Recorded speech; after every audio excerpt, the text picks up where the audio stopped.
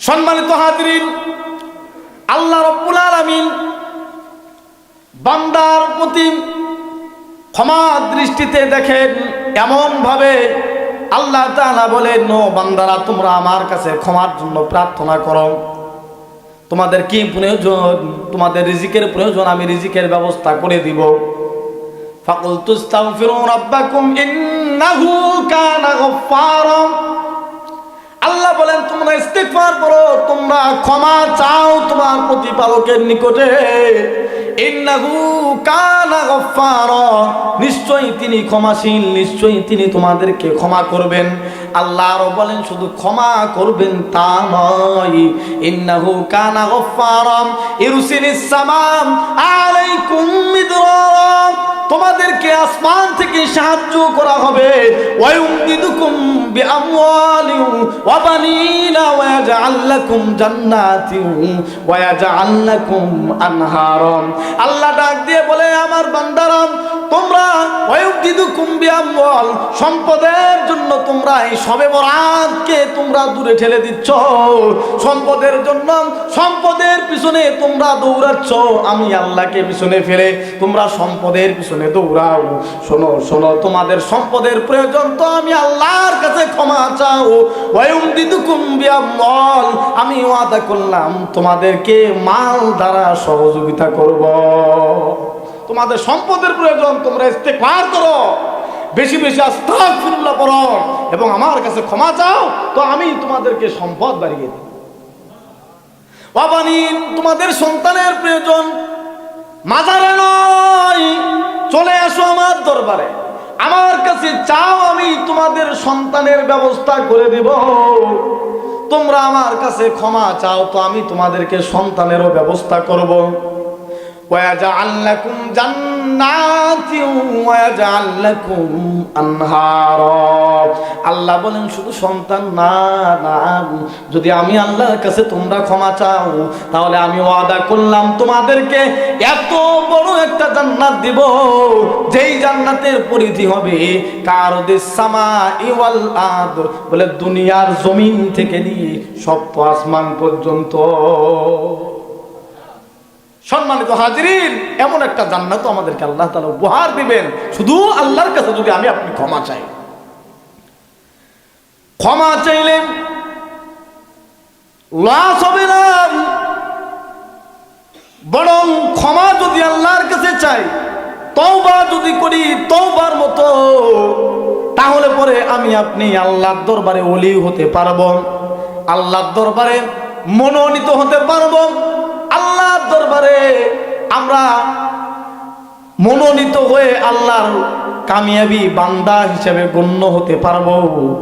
কেমন ভাবে বলে, যেমনি ভাবে হযরত মালিক ইবনে দিনার রাহমাতুল্লাহি আলাইহি, হযরতে মালিক ইবনে দিনার রাহিমাহুল্লাহ এমন একজন ব্যক্তি ছিলেন, যিনি জামানার বড় একজন ওলি ছিলেন, যিনি জামানার বড় একজন ওলি ছিলেন, বড় ব্যক্তিত্ব। তিনি এত বড় একজন আলেম ছিলেন হযরতে মালিক ইবনে দিনার রাহিমাহুল্লাহ।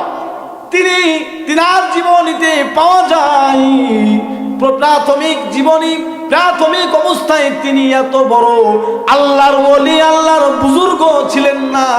মালিক ইবনে দিনার রাহিমাহুল্লাহ তিনি ছিলেন একজন পাপী ব্যক্তি, তিনি ছিলেন বাদশাহী ভোগ বিলাসে যার জীবন কাটত। তিনি ছিলেন এমন বাদশাহ যিনি গুনাহের কাজে সব সময় লিপ্ত থাকতো, মদ খাইতো, মদকে আরাম আয়েশে জীবন যাপন করত, মাতাল অবস্থায় থাকতো। মালিক ইবনে দিনার রাহিমাহুল্লাহ বিবাহ করেছে দীর্ঘদিন ধরে, কিন্তু তার কোনো সন্তান নাই।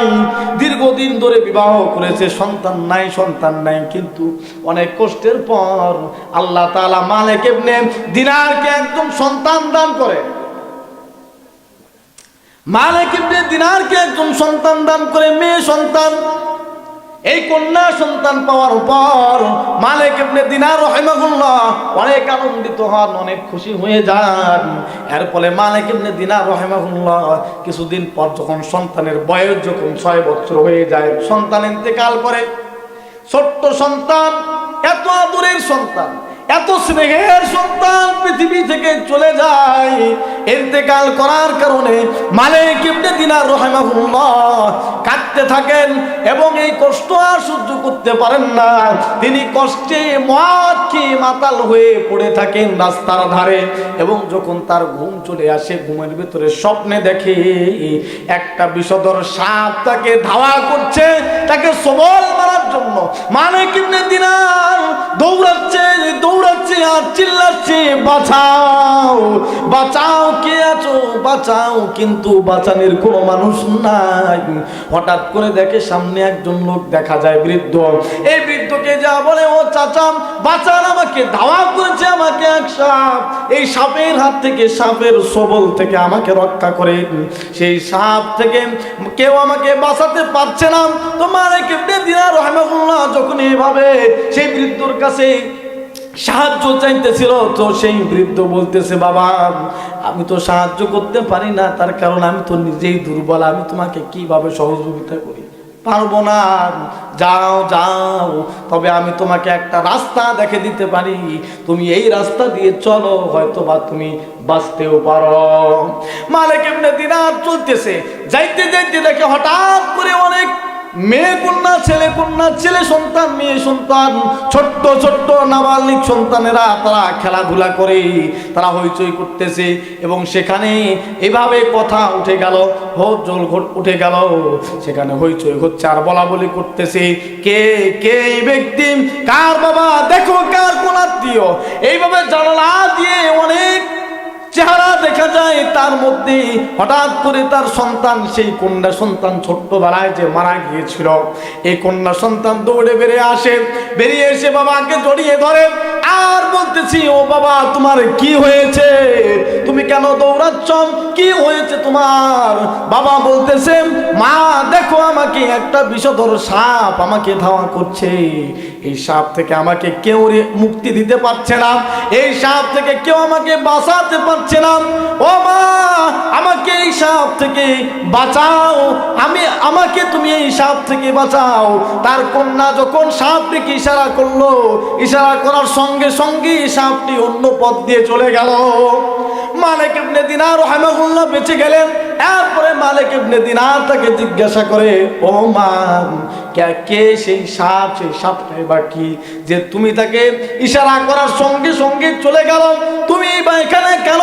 এবং ওই বৃদ্ধ লোকটি যার সাথে আমার পথে মধ্যে দেখা হয়েছিল, সে আমাকে কেন সহযোগিতা করলো না, কেন সাহায্য করলো না, সে বাকি? তার কন্যা বলতেছেন, বাবা আমি তো ছোট্টবেলায় ইন্তেকাল করেছি, আর ছোট্টবেলায় যারা ইন্তেকাল করে তারা এখানে আসে এবং এই ইব্রাহিম পয়গম্বর ইব্রাহিম আলাইহিস সালামের কাছে এসে শিক্ষা দীক্ষায় দীক্ষিত হয়। ও বাবা আমি এখানেই রয়েছি, আর যেই সাপটি তোমাকে ধাওয়া করেছিল, এই সাপটি তোমার জিন্দেগির সমস্ত বদ আমলগুলো, যেই বদ আমলগুলোকে আল্লাহ তাআলা সাপ বানিয়ে তোমাকে এরকম শাস্তির সম্মুখীন করেছে, আর এই যে বৃদ্ধকে দেখেছ, এই বৃদ্ধটা তোমার সারা জীবনের নেক আমল, যেই নেক আমল এতটা দুর্বল বাবা, যেই নেক আমল এত অল্প হয়েছিল, যেই নেক আমল তোমাকে এই সাপের হাত থেকে, জাহান্নামের আগুন থেকে বাঁচাতে সক্ষম নয়, যেই নেক আমল তোমাকে এই সাপের হাত থেকেও বাঁচাতে সক্ষম নয়, এ কথা বলেছে। তো মালিক ইবনে দিনারের ঘুম ভেঙে গেছে, তো সবে বরাতের রাত্র, এমন একটা রাত্রেই সেই স্বপ্নটা দেখেছে। তো মালিক ইবনে দিনার রাহিমাহুল্লাহ দৌড়ে এসেছে আল্লাহর দরবারে, মসজিদে এসে কান্নাকাটি করে লুটে পড়েছে সিজদায়, আল্লাহর কুদরতি পায়ে লুটে পড়েছে, আল্লাহর দরবারে কাঁদে আর বলে, ও রব্বে কারীম তুমি আমাকে ক্ষমা করো। যখনই বলেছে আল্লাহ তুমি আমাকে ক্ষমা করো, আল্লাহর প্রেম দরিয়ায়, এই দরিয়ার সাগরে ঢেউ উঠে গেছে। তো আল্লাহ তাআলা মালিক ইবনে দিনার রাহিমাহুল্লাহু আনহুকে ক্ষমা করে দিলেন। শুধু ক্ষমা করেছেন তা নয়, ওই যে আল্লাহ তাআলা ইরশাদ করেছেন, আল্লাহ রাব্বুল আলামিন ওয়াদা করেছেন, ওয়া মান ইউবাদদিলুল্লাহু সাইয়্যাতিহিম হাসানাত, যে ব্যক্তি আমার কাছে ক্ষমা চায় আমি তার জিন্দেগির গুনাহগুলোকে মাফ করে দিয়ে তার গুনাহগুলোকে নেক দ্বারা পরিবর্তন করে দেই। তো মালিক ইবনে দিনার রাহিমাহুল্লাহ আনহুকে মাফ করে দিয়ে তার নেক দ্বারা পরিবর্তন করে দিয়েছেন তার গুনাহগুলোকে। শুধু তাই নয়, বরং জামানার সবচেয়ে বড় ওলি হিসাবে আল্লাহ রাব্বুল আলামিনের কাছে বিবেচিত হয়েছেন। সম্মানিত হাজিরিন, এজন্য আমরা যদি আল্লাহর কাছে মাপ চাই তো আল্লাহর দরবারে আমরাও ওলি হতে পারবো। চাইবো তো ইনশাআল্লাহ।